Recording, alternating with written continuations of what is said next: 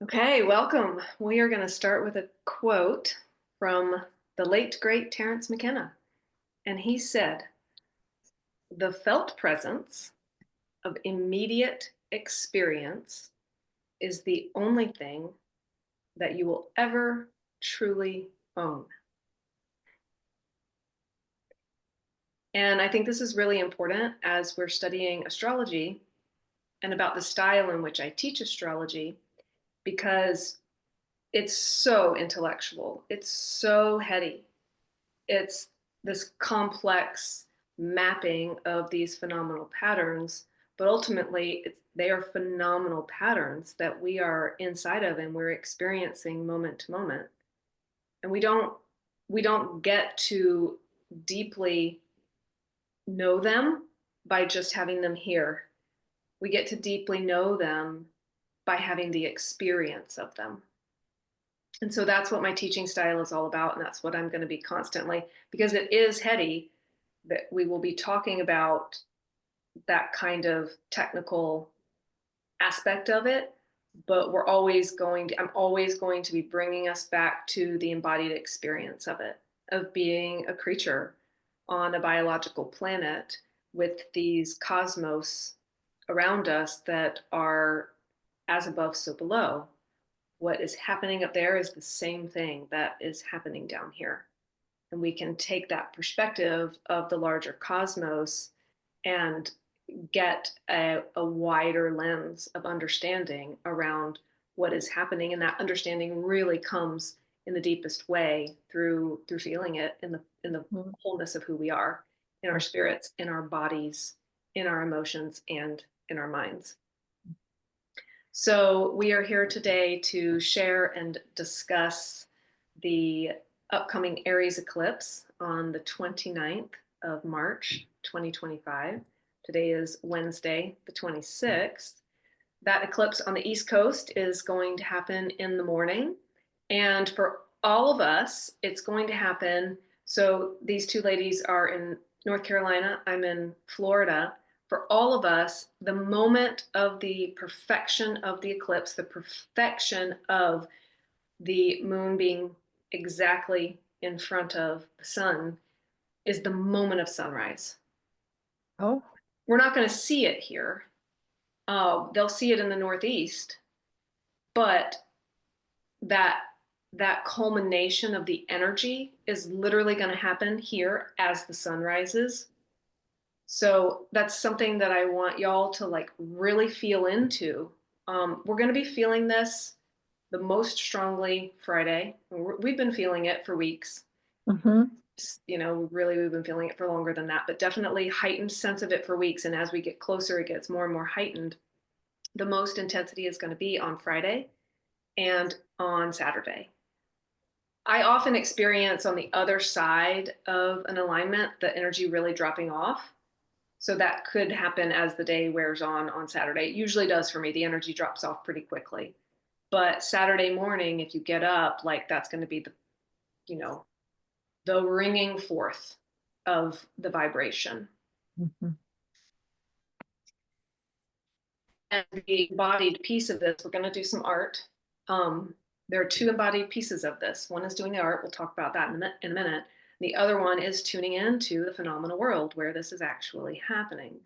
So, right now, really all the way through the weekend, when you see the sun, when you feel the sun's light, when you feel the sun's heat, when you have to squint or look away, anytime you're with the sun, I just want to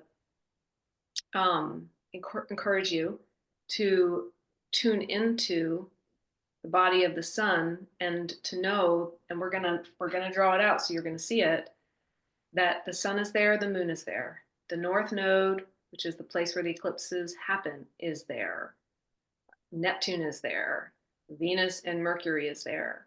So there's all this gravity, literal, actual physical gravity, that if you take a moment and meditate and feel into your body, you can even tune into the actual gravity of, and as well as the metaphysical gravity, which is immense. It cannot be overstated, the immensity of this moment in time and these patternings. Um, so we're going to do a little drawing. But first, I want to talk about drawing since we're talking about embodiment, that the act of drawing the movements of the planets turns the intellectual practice, the intellectual knowledge, understanding, exploration into a practice. And what we're doing is we're moving that living gnosis, we're pulsing it down through our bodies. In Chinese medicine, the arms are the heart channels. So the heart channels, if you have an acupuncturist working on you and they are accessing your heart for any reason, they're going to be accessing that through the arms. So as you're drawing anything, you're bringing information down through the heart field. Mm. And then the heart, of course, is pumping blood to the rest of the body. So as we bring that information down through our arms into our heart field, it's pulsing through the entire body. So Mm. we're really creating a totally different relationship with this information by interacting with it in this way. And I'm going to be doing this teaching style instead of films. So every 2 weeks we'll be doing this. I know Tara printed out some of the, did you get it done? Did you print out some of the Yeah, I did. plates? Cool. Did you get that, Kiara? Were you able to print anything out? No. Okay. I'll make sure that you have that Okay. next time, so that you can draw along, but you'll still be able to just experience it because you're going to watch me paint and know that Tara's Absolutely. going to Okay. draw along. But that's going to be like the format. It's drawing along. It's so simple. But it really does create a different kind of experience of the information. I'm going to be painting. So here's my traveling zodiac. And then here's my paint. So we're going to start. We're going to draw the first two placements on this wheel, and those are going to be the nodes. And then we're going to have some conversation about what the nodes are. And I would really love, and I was talking to Tara about this before you got on, Kiara, but I would really, I don't know if y'all saw that. Yeah. Just No, we did not. Paint just exploded everywhere. And I did not bring, that's so typical. I did not bring just gonna have to rub it in. Damn it. Hold on. Okay, I only got one drop on their floor. I got it off with my spit.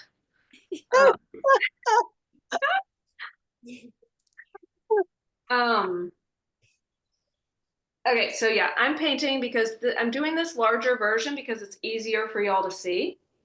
So let me just get this paint off. Let me just clean up my mess real quick. That's the other thing about making art out of this. Like, when I started studying astrology, I was like, I can't just like sit down and read and like take it in. Like, I had to interact with it. Yeah. Even just like stuff like that. It's like having to like figure out how to deal with the world as I'm thinking about these super heady concepts. It's just how I learn. Tara and I have talked a lot about this. It's what's the T word, Tara? Not tactile for the learning style. No, you're correct. Oh, there's another word. Another T word? Yeah. I've been trying to think of it all day. I would say it's going to come to me, but it's not going to because I've been trying to think of it all day. I'm going to Google it. I don't know how you're going to Google that. Tactile synonyms. Maybe.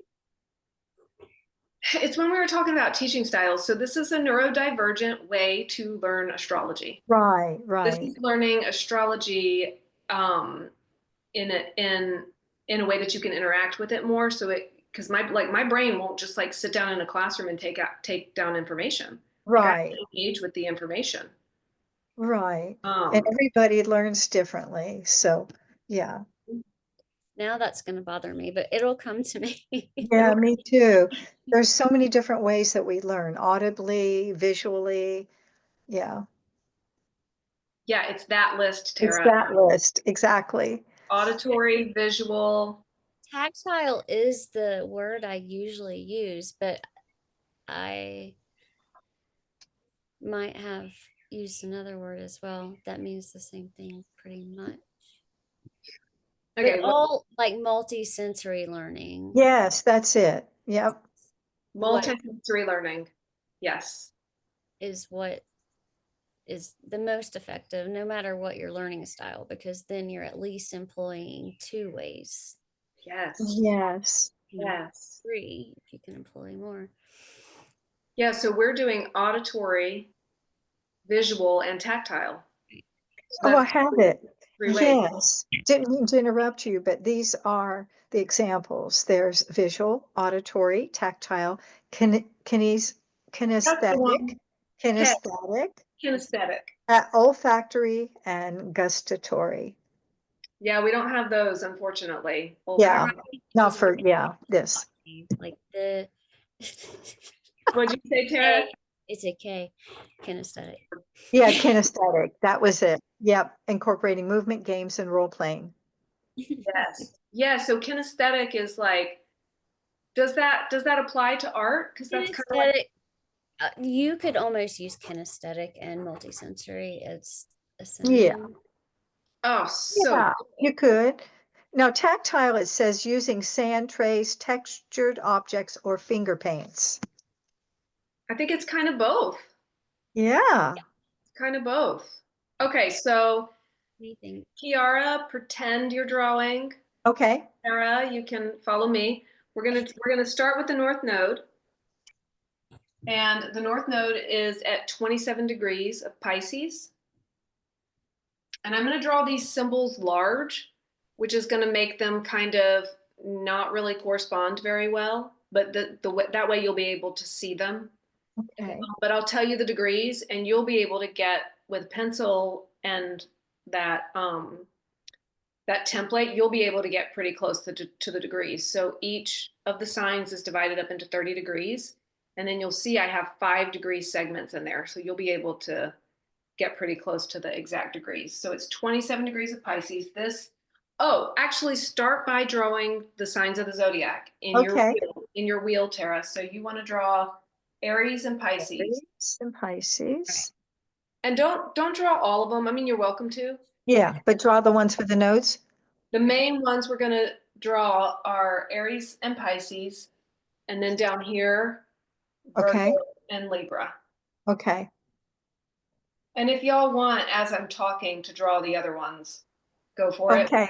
We will also be doing Aquarius and Taurus, Okay. Gemini and Cancer. So yeah, maybe draw all of them. I'm just Okay. So the North Node, symbol for the North Node looks like a horseshoe. It looks kind of like the glyph for Leo, and there's a dot in the middle. You see that? Oh, uh-huh. Yeah. And the North Node and the South Node always go together. They're always precisely opposite each other. So the South Node is down here, and it's upside down horseshoe.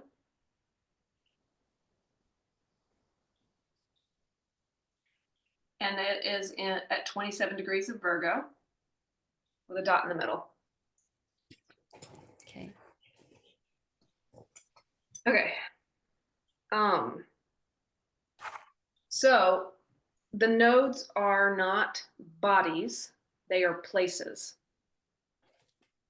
And they tell us where eclipses are happening. Eclipses happen twice a year whenever the sun comes around. So the sun takes a year to go through the zodiac. Whenever the sun comes around to where the nodes are, we have eclipses. So we're having eclipses here while the sun is in Pisces and Aries. 6 months from now, we'll have eclipses when the sun is in Virgo. We won't have any more Libra eclipses. Those are done for like 9 years. Mm.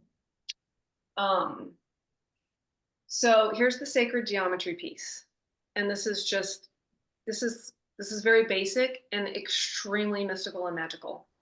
So the reason that eclipses happen is because of the precise size and distance between the Earth, the sun, and the moon.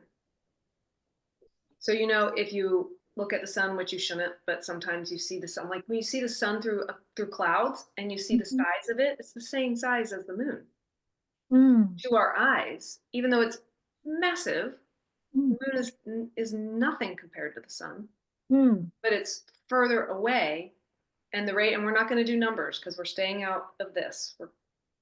We're just feeling the reality of our world, the magical mhm, reality of our world. So, because of the size and the distance of the sun and the moon in proportion to each other, in relation to each other, when the moon is in the same place as the sun, longitudinally and latitudinally, it blocks the sun out. Now, with a lunar eclipse, which we had one a week and a half ago down here in Virgo, so the sun was up here in Pisces, moon was down here in Virgo, Earth in between, wherein the shadow of the Earth covered the moon. So that's a lunar eclipse, is when the shadow of the Earth covers the moon, and it covers the moon precisely. mm. Why? Why? It doesn't have to be like that. Why is it perfect like that? Why is it beautiful? Why is it mysterious? Why is it powerful? I'm going to tell you what one of my favorite authors talks about around what I've been calling a sacred coincidence. So, John Martineau wrote this book called The Little Book of Coincidences. And it's about all of these weird symmetrical coincidences in our solar system that create beauty. And it's like, why? So at the time of the dinosaurs, the moon was larger. The moon appeared to be larger because it was closer to the Earth. So eclipses would have been very different then, because the moon would block out the sun completely, not precisely like it does now that we're here to watch it. 600 million years from now, I believe I'm remembering that number correctly, the moon is slowly moving further and further away from us. So the moon will be far enough away that we won't experience eclipses anymore like we do now on this planet. So it's one of my favorite quotes ever. Now he's very, very British. So he goes into this whole spiel about all these coincidences. He's talking about several different ones, including the eclipses. And he says, I am merely suggesting that observers warp their local reality and they warp it towards symmetry and meaningful beauty. Mm. And his idea is that the reason it's precise and beautiful is because conscious creatures are here to observe it, Mm. and that we could actually use that to find other solar systems wherein there is intelligent life, because we would expect to find these very symmetrical alignments happening Mm. there when there are beings there to observe them. So who knows, but I think it's something that I just want to like Mm. be in wonder about and be in conversation about. Like, why do we live in a world that does something so on such a large scale, Mm. like so beautifully symmetrical? Mm. Tara, you look like you have a thought. Well, that would tie into the observer effect, correct? Mm-hmm. So Yeah, I'm just putting those two things together in my brain. right. Yeah, Like how the subatomic particles change their behavior when they're being observed. right. Mm. That's beautiful. And I got the feeling like, energetically, how energy begets energy. If we're giving it attention and we're beholding it, Yes. it's going to have that Yes. magical effect. Yeah. Yeah, there's something to that. Like I just felt when you said that, I just felt my heart like, Yeah. oh, the Because wonder that's how of I it, feel. the wonder Yeah. of it. And it's unique. It's not something we see every day. Mm-hmm. Like, Mm-hmm. Yeah, it is unique. It is unique. And they happen often on the planet, but we don't see them often, Oh, right? yeah. Yeah, Yeah. they happen twice a year, but we don't see them often, especially solar eclipses, because a lunar eclipse happens over the course of hours and it's being viewed all over the earth. But the solar eclipse happens very, very quickly, very quickly. Mhm. Tara? I don't have anything to say right now. Okay. Okay. So Your name. what we have happening, so that's an explanation of the nodes. The nodes are where the sun and the moon and the earth all line up and create eclipses. So they're places. Um, so what we're going to paint next is the sun and the moon. We're just going to go ahead and paint the sun and the moon. This is a little bit different than I did in the class today. But the sun and the moon are at 9 degrees of Aries. And the way I do this is I do them on top of each other, because we're going to have some other, so we're going to have, I'm just saying this out loud so I know how to paint correctly. It'll be easier for you, Tara, because you have more space. We're going to have Venus on this side of the North Node, Mercury on this side of the North Node, and Neptune. So I need to fit Mercury and Neptune here. So I'm going to put the sun and the moon here, but it is at 9 degrees. So this looks more in the middle than it should be, but it's just so that I can fit everything. So the sun is a circle with a dot in it. That's the glyph for the sun. And then the moon is a crescent shape. And I just put them on top of each other like that because they're in the exact same place. Now, if the sun and the moon were closer, this is going to be a partial solar eclipse. There's some distance. 27 degrees, there's 3, plus 9 degrees, that's 9. So there's 12 degrees between these. Mhm. This ends up being a partial solar eclipse. If they were closer, then we would have a total solar eclipse. Mhm. So you've got the nodes in Pisces and the sun and the moon in Aries. So this is an Aries eclipse, but it's got a very strong Pisces flavor because this North Node is in Pisces. Mhm. And this is the last, for the past 2 years, we've been in Aries Libra eclipses. This is the last of the Aries Libra eclipse for 9 years, approximately. And now we are officially in Pisces Virgo land. So that started in the middle of September, a few days before the flood in Asheville. Interesting. Yep. Full lunar eclipse in Pisces. And then Look at the water. Wow. water comes to a place where no one ever would have thought. No. So that started midway through September. It's going to last until I believe it's February of 2026, where we're going to have eclipses on this Pisces Virgo axis. So the other really interesting thing that is happening at this time, there are a lot of interesting things that are happening. We're going to bring the outer planets into it now, what the outer planets are doing, and then we're going to talk about the inner planets. The outer planets move slowly. We experience their effects as individuals, but we can see their effects most clearly in people groups, in nation states, and countries that have a longer lifespan. So it takes Pluto 240 some years to go through the zodiac. So we don't know what a Pluto cycle looks like in terms of a human life. We do know what a Pluto cycle looks like in terms of the life of a country. And we are currently, as the United States, in our Pluto return. This started in 2020. We're towards the end of it, but we're still in it. Neptune takes 160 some years to go through the zodiac. Wow. Neptune is currently at 29 degrees and like 59, 58 minutes, 59. It's 59 by now, minutes of Pisces.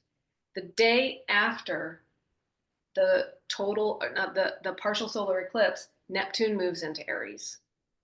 This is the ending of a 160-year cycle. Because Pisces is the end of the zodiac. It's the end of the story. It's the end of the story. Aries is the beginning of the story. This is a major, major tone shift because this planet has been on a journey for 160 years that it is ending.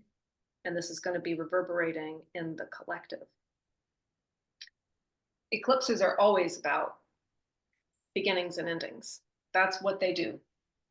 They cause things to end and they cause things to begin. And just like you see, this is a circle, the beginning and the ending are the same thing.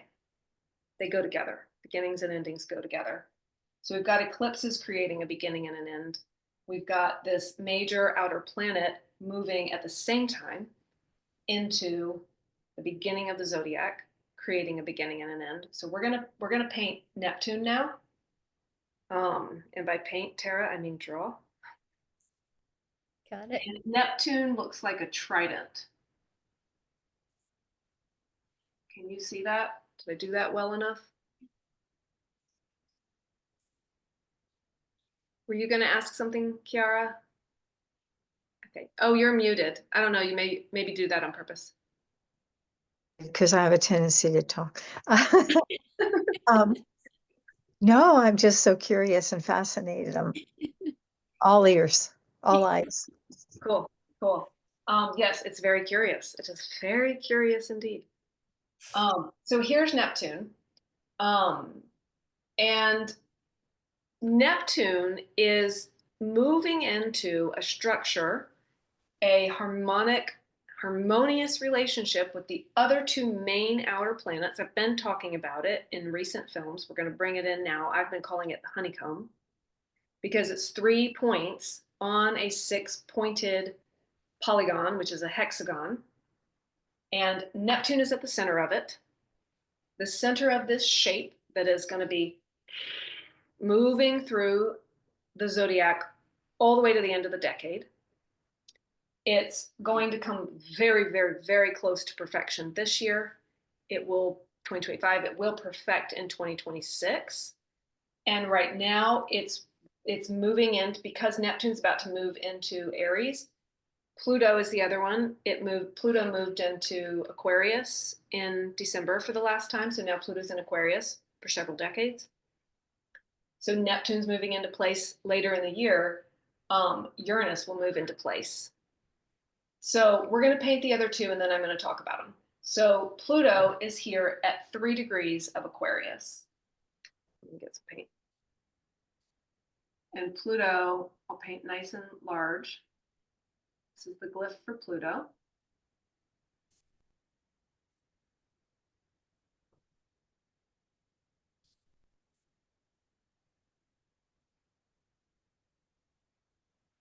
Tell me when you got it, and then we'll do Uranus. Whoops, plug in my computer. Good? Okay, and then Uranus is still at 23 degrees of Taurus, but it moves more quickly than the other two. So this is Uranus. 2 crescents and a cross.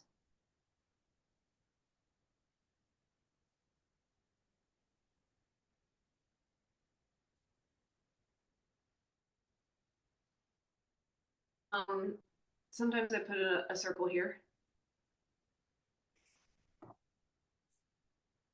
Okay. So these two planets are in trine to each other. That's 120 degrees. They're not exact now.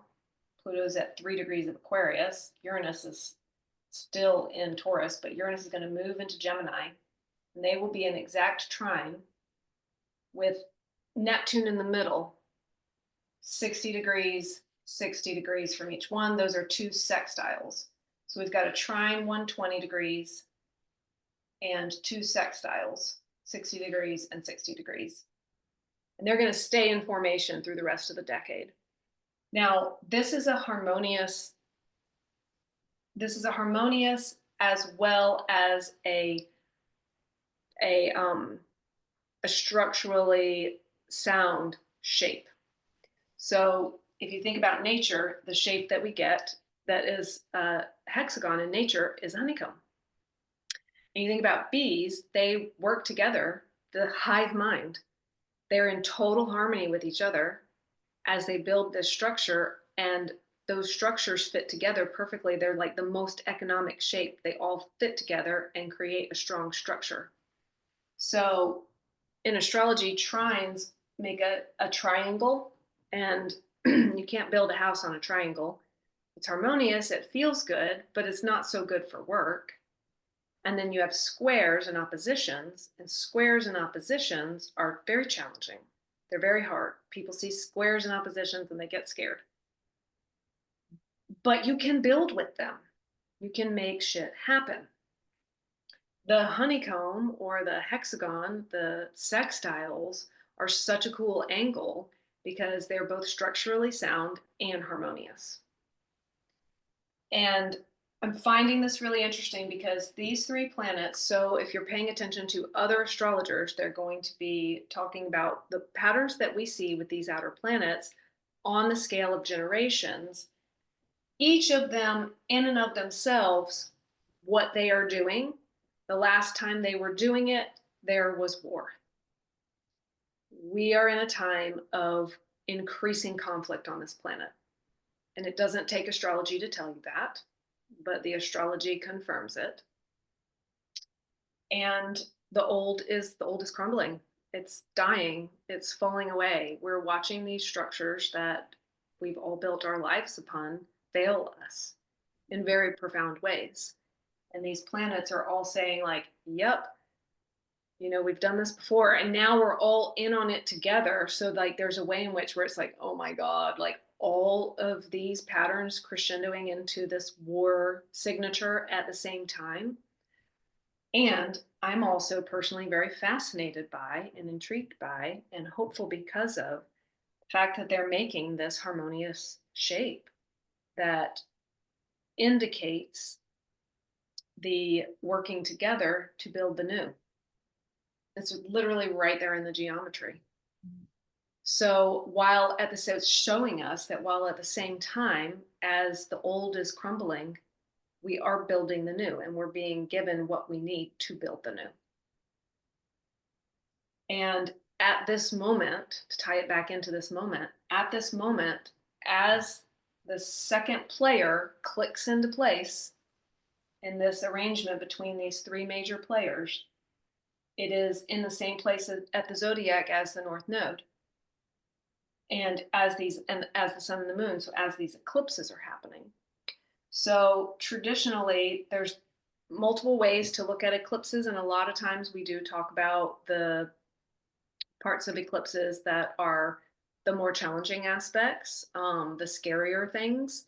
It's not that those things aren't there, they are there, and we can talk about them later. The point that I want to make right now that is really important about eclipses is that the North Node, so this comes out of Jyotish, Indian astrology.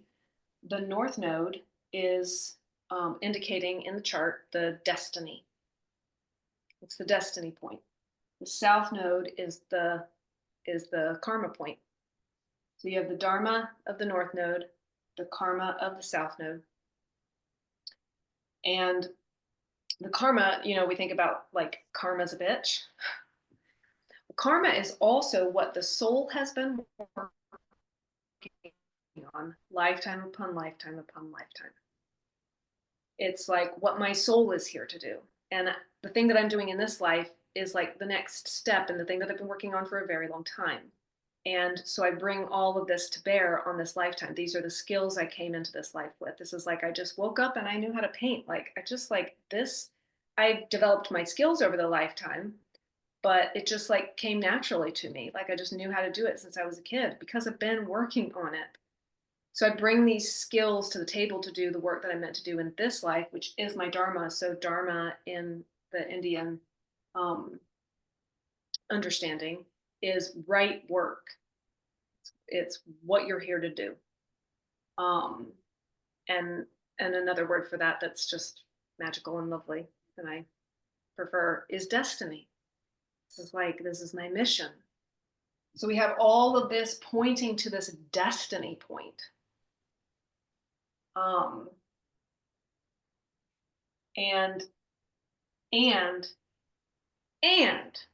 if that wasn't enough, we have the two inner planets, the two planets that are inside of the orbit of the Earth, the closer planets to the sun, Mercury and Venus, doing a thing here at the same time. Venus and Mercury, not only are they both retrograde at the same time, which does not usually happen, they're also both retrograde at the same place, which does not usually happen. Finally, they're retrograde over this same point, 0 degrees of Aries. They were in Pisces. They are now in Aries. They moved into Aries. They're going to go retrograde back into Pisces, cross over that point a second time. Then they're going to go forward again and go back into Aries, cross over that point for the third time. And it's like all of the heavens, the message is pay attention. Pay attention to this. Pay attention to this. This repetition is happening for a reason. Pay attention to this moment. And it's like, even if people aren't hearing an astrologer tell them that explicitly, we're all getting the message. Like there's something fulcrum point about this moment in time. Like the feeling of everything has been leading up to this moment. And what happens right now is what is going to be playing out henceforth. And it's not that there won't be other peaks. The like the movement of evolution is the ebb and flow is going up. The ebbs are getting higher, or the flows are getting higher every time. Like what's now an ebb was a flow 10 years ago. Like, I mean, it's not that it's not downhill from here. That's not what I'm saying. It's just that there's some kind of, we will be able to look back at this time and see this fulcrum point and how this particular flow that we're in is going to be informing the trajectory of the rest of our lives and beyond our lives. I really feel that. We're going to draw those two planets. Let's draw those two planets, and then I would love to just hear if y'all have anything to say about that, because you're experiencing it. You're experiencing this wild ride with me. So at the eclipse, we have Venus over here. Let me double check. Let's make sure we get it right.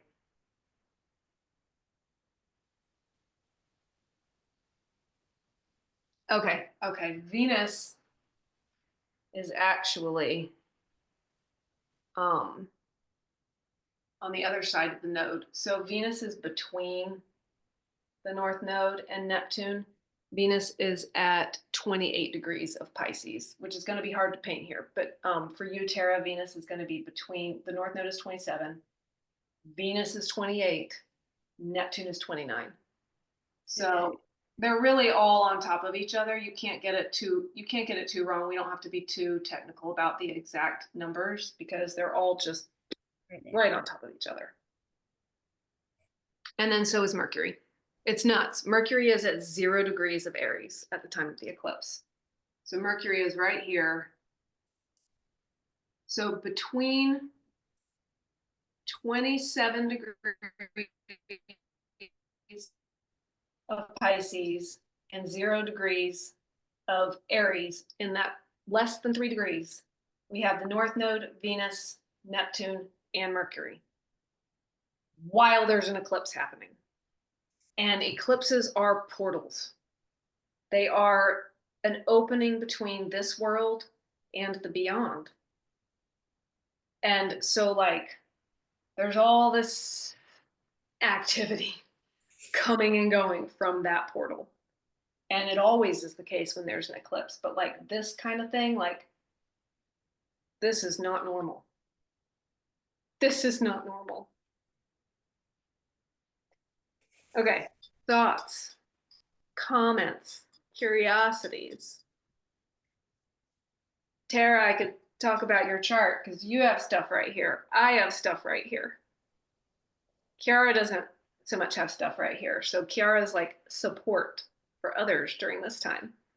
Because like if we all got slammed at the same time, Yeah. is that how it feels? Yeah. especially with people coming to me. Yeah. Yeah. But for me, I do feel um, it's huge pivotally in terms of clearing and cleansing Mhm. what really does not serve me well. And perhaps in terms of patterns that I have been repeating, I've got to really let go, clear, and cleanse. It's huge for me right now. Yes. Yes. You're tuning into the energy precisely. And we could dig into your chart, you Okay. know, and find like where that's coming from, because it's not coming directly from this, which Hmm. sometimes that can allow you to be really a lot more functional with energy, Yes. because this energy is affecting all of us because we live here on Earth, you know, but when it's not just like shredding your chart, you can like really work with it. So that makes a lot of sense. Yeah. Beginnings and endings. Eclipse season is always about beginnings and endings. And the North Node and the South Node play a different part in that, but they are always come together. So we're Hmm. always experiencing these beginnings and endings. And cheers to you for like really working with that energy, because it's here for that. Like it's here for you right now. Thank you. Mm-hmm. Mm-hmm.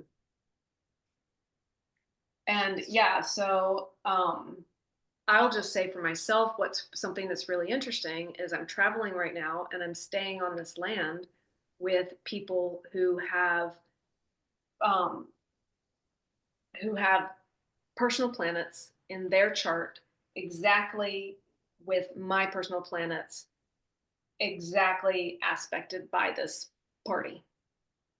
And it's just like, whoa, like we are meant to be in each other's lives right now. We don't know why, we don't know what is coming from this, but I told them today, because I did a practice class with them, I told them today, I was like, I would be very surprised to not be in your lives for the rest of our lives.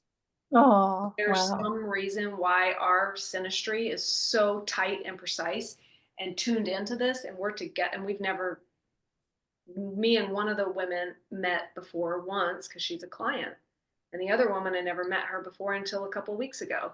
And life just has like brought us all to this place in this moment in time for this astrology. And I'm like, I don't know what it is, but there's something with you two, you know? Cool. Yeah. So Super cool. yeah, very, very interesting. Um, yeah, Tara, do you want to share anything or ask anything? Mm. I guess kind of the main thing I've been here, there, and everywhere, but Mhm. that this uprooting, this like very much Mm-hmm. intentional, but intentional because it's being all brought to the surface. And like I am compelled, like if Yeah. I don't clear it and clean it and work on it, it like I need to kind of feeling. Yeah, totally. And what's happening is the energy is present and you're working with it instead of fighting against it. Mhm. And that's when life gets much more harmonious Mhm. and easeful and like even when it's hard, when we're going with the energy, you know, it's like trying to swim in, imagine like being in rapids, like actually being in rapids and Mhm. being on a raft with paddles. And if you've ever paddled, like that is hard work in and of itself, but like paddling against the rapids, like you don't want to do that. You don't want to do Mhm. that. You're gonna Mhm. break your body. Mhm. That's So what Buddha says, don't swim upstream. don't swim upstream. Leave it to the salmon. Right. Right. Yeah, yeah, totally, totally. That's what's up. And the I will often think of, so let me tell you all a story. Let me tell you what happened today. This is so crazy. Tara, did you see it? I shared it on Instagram. I You did. did? You know, I'm too impatient. I tried to be patient. Told you. I know. Oh, I'm telling you. I love you for it. I'll tell Kiara and anybody else who's watching the recording of this at a future date. So this is my first time teaching. Today is my first time teaching, although I am a teacher and I've always interacted with people in that way, and they want me to teach them. And I always say, like, why? Like, I'm such a student. There are so many better teachers. And I'm finally stepping into, and I have been for months. It's only been months that I've been like, okay, I'm going to do this. I'm going to do this. But I haven't done it until today. Tara has been just such a godsend, instrumental sister in this process for me. Shout out to Tara. But so today was my first class on this land with these two women that I was telling y'all about. And 10 minutes, and so I'm staying in this cabin. It's very, very rustic.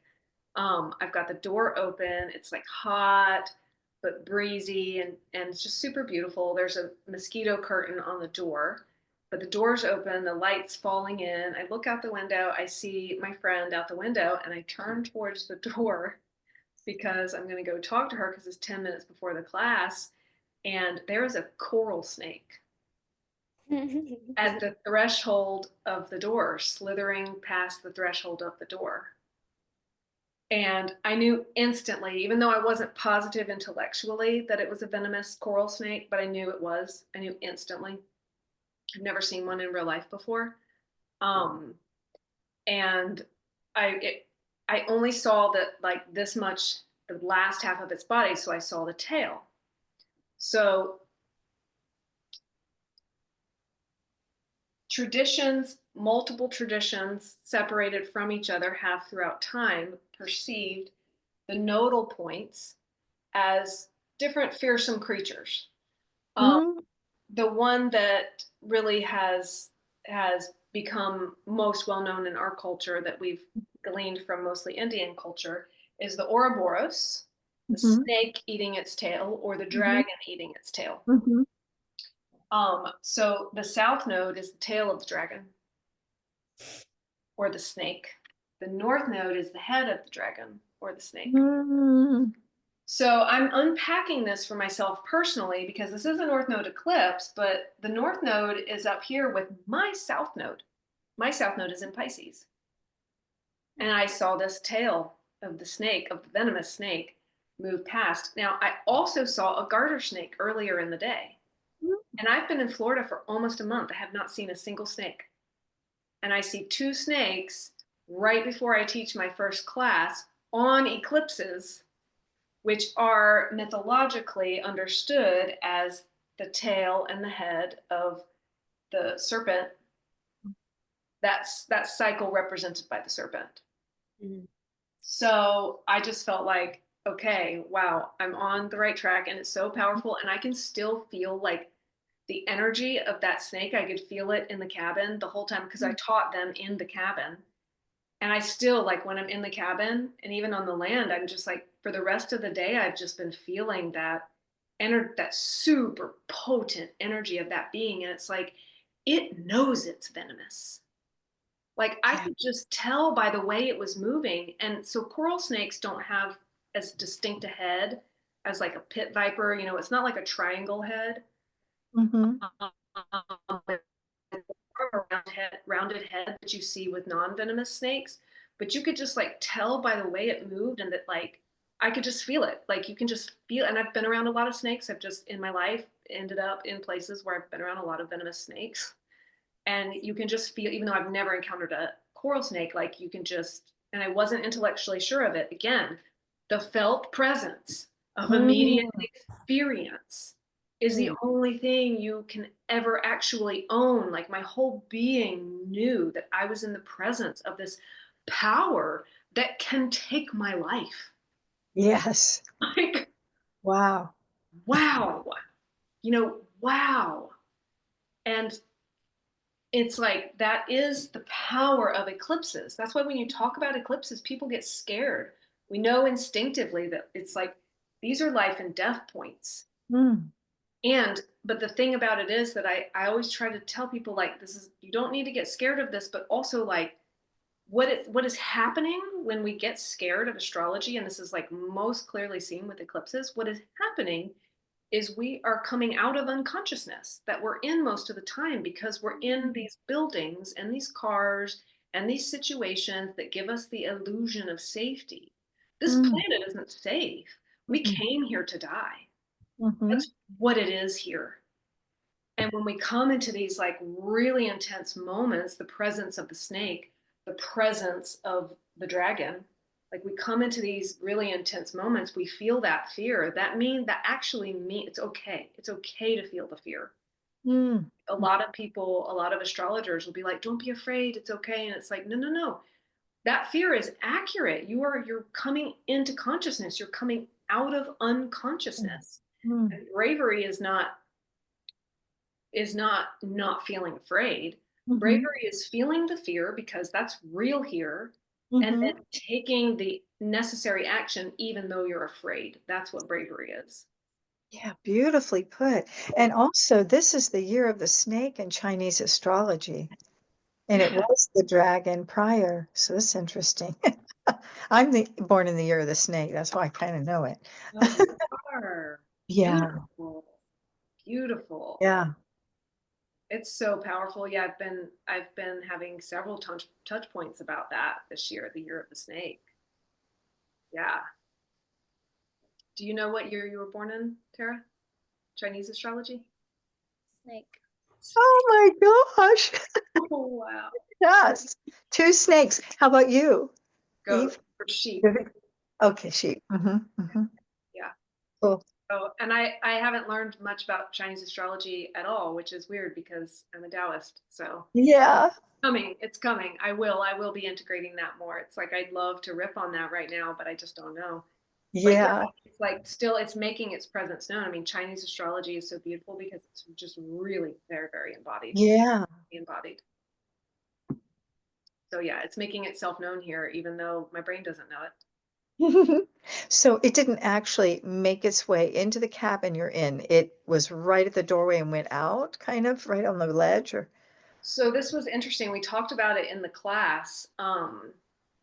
It went across the threshold, yeah. left to right to left. Wow. So it crossed the threshold, but horizontally, instead of going in or out, it crossed the entire, like all points of the threshold. Now, the other thing that's been interesting is this word has been coming to me in my personal experience, and as well as in like in really profound ways, like the way that the astrology is in my life is like threshold, and that particular the experience, but as well as that exact word to describe the experience. And then yesterday I was reading Virginia Rosenberg. I introduced you to her, Kiara. Yes. Yes, I know. Yeah. So Virginia, Tara. No. Oh, I've got to introduce you to her. She's an Yeah. astrologer in Asheville, very profound astrologer, beautiful writer. She's just I feel really resonant with her. I'm like, she's the one who's making the most art out of astrology, even though she's using language. Her Mhm. language is so it's very descriptive and astrologically accurate and sound. She's brilliant, but it's also so poetic and beautiful. Mm. But she was talking about this Aries eclipse. And she had this sentence that was just like resounding to me that I read yesterday. She said, this threshold, cross it. And I was just like, Wow. Oh okay, my gosh. got Then it. you had the snake appear doing that. Threshold, crossing the threshold. Yep, yep. Yeah. And it's like, what's coming, like thinking about Aries, Aries is the fool in the tarot. Mm. Mm. Like, Aries does not know what's going to happen. Aries just knows it has to act. Mm. So this is about really following like our primal instincts, like what we know is true and right way forward, and doing that. Mm. Even though it may seem foolish, Mhm. frightening, or messy, or uncertain, all of those things. Yes. It's about moving forward with what you know is correct. And and knowing that, like, not knowing is a part of the point. We don't get to know right now. Mm-hmm, mm-hmm. So Wow. yeah, so Very, powerful. very powerful and profound. So I'd like to ask you, Eve, so what are you getting that is the big, big change? Mm. I know we're leaving the old and the new is coming. What is the new? Is the new that, we're going to have more energy of light, which brings more love, more kindness, more compassion? That's what I like to feel and believe. Are some of us moving over to that timeline? Yes. And that's the portal? Yes. Yes. I just love the way you said that. And yes, because the reason that we see the darkness increasing is, again, we're in a land of polarity. And when the darkness is increasing because the light is increasing. Mm, We mm-hmm, are at this evolutionary fulcrum as well that I think is really being highlighted by this astrology right now. mm-hmm. Not just highlighted, but it's like this is the phenomenal world cooperating with the shift. It's almost like the mechanics of the thing itself, like actually happening.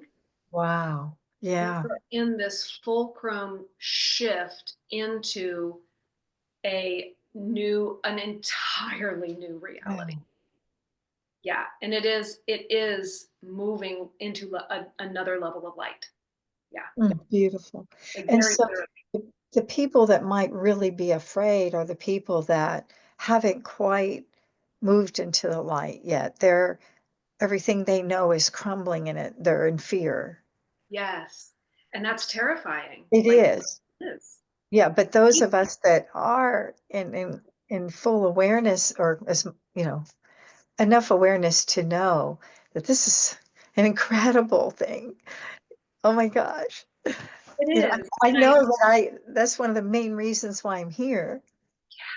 I've been yeah, told that. It's like, oh my gosh, it's so, yeah, I feel incredibly fortunate to be alive right now. yeah, same here. I really do. It's such a grand adventure. I know. And I think also there are parts of us because we're in animal bodies, and we are very dependent on these structures that are failing. Mm-hmm. And so I think that a lot of us are really experiencing both. Like we are experiencing the fear of these structures that are keeping us alive failing. Like, so Tara and I just experienced being in Asheville, like, what happens when the water gets cut off? That shit is Right. terrifying. Oh, I can imagine. It So was Tara lived there with you or near when it happened? Tara's still in Asheville. Oh, Here. you're there right now? Hmm. Oh my goodness. Could Yeah. we divert and just hear a little bit? Because I'm in Raleigh Yeah. and I've donated and because I wasn't able to go up and help because I have little grandchildren that were kind of going through stuff too. But I know friends that live personally in my neighborhood that went up with organizations and I made sure I donated and helped in that way. That was so helpful. Um, All the donations that came from so many places. yeah. Um, Is it true that our government didn't step in for a while, that you really depended on all of the local help? I don't know the definitive answer for that. I know what I saw was that. Yeah, Um, so it was. Yeah. I saw a lot of that too. And I will also say that the government did funnel money in, and eventually water came in from the government. And again, like same as Tara, I don't know the definitive answer. I just know my experience right. But your experience was you're pretty much on your own, right? Well, I mean, for a while. that was just how it was. Of course, it's kind I of mean, this is the water donations. If it wasn't for the water donations at the beginning, people would have Yeah. not made it. Yeah. at all. Um, Yeah. I'm lucky to live where we have reservoir water. So we Mm. drink it. Well, we probably could have, but we could use it. No, that's what we did. We didn't. I took shower. It was outside. We have to go outside to get the water. And I would just go out there, and it was still warm outside then, and just put my bathing suit on. That's how I would take a bath. Mm-hmm. And so I was very fortunate in the way of not having, like, I could turn a faucet on still. And Oh, good. Good. most people didn't have that Right. for a while. Yeah. And then it was very sketchy and scary. Oh, I can imagine. So, but you live right in Nashville, so that kind of helped you, right? I think so, yeah. Like everywhere, right, in the main vicinity was, of course, first get help, Okay. which Yeah. was Wow. I'm glad things are better. oh yeah, yeah. I mean, it's gonna take years to. Yeah, of course, but where you are, Oh yeah, yeah, yeah. you're making it good. You don't have plans to leave. Not anytime immediately. Yeah, that's so good. I love Asheville. I've been up there and I even thought I might move there and not be here, but my family's here. It was just too much to commute. So, yeah, I was just devastated when I heard that. It's just devastating. Something else for sure. Yeah. Natural disasters. Quite an experience. Yeah, And I do think that a lot of people in Asheville, because we know that the old is crumbling exactly. and that what we are evolving into is ultimately so beautiful, that there was an aspect of that that was very sustaining. And Mm, also the experience was this terror in your animal body, because you don't know what's happening. Like, you don't have contact with the outside world, you don't have any water, like mm. people are getting violent, like it's scary. It's both. um and it's really important for us to hold that vision of the future, and for us to actually do the practical steps of building it. and Yes, and like, practical steps are like practical physical, but also practical in our spiritual practice and in our inner cultivation. Like, that is part of the building the new as well. yes, And then just to be gentle with ourselves and each other as we experience the shaking, you know? because there's going to be more shaking as it Yeah. evolves. And Yeah. yeah, Yeah. So, okay, so we're at an hour and a half mark. Actually, probably not, since we've been recording. We're probably at an hour. How are you two feeling? Like, we've kind of covered the territory. Um, I want to leave space for any more Q&A, like if we want to look at charts or if you want to ask specific questions. I feel like we've covered the material pretty well. But is there anywhere else that y'all wanted to go with it or explore? Or do you feel saturated in your brain? I feel like in an hour I'll have 100 questions. Yeah. Right now, right now I just feel like absorb, like, just first of all, because all of it is new information, right? So I very much like drawing it out as I go. Good. Good. And I tried not to be too perfectionistic and I figured you would be pretty no, perfect. like I was like, if I keep doing this and I'm not looking up, she's gonna know I'm being this way. yeah. Oh. So May I ask what sign you are? I'm a Taurus. You're a Taurus. Okay. I'm a Yeah, but Leo. what's your Virgo, Tara?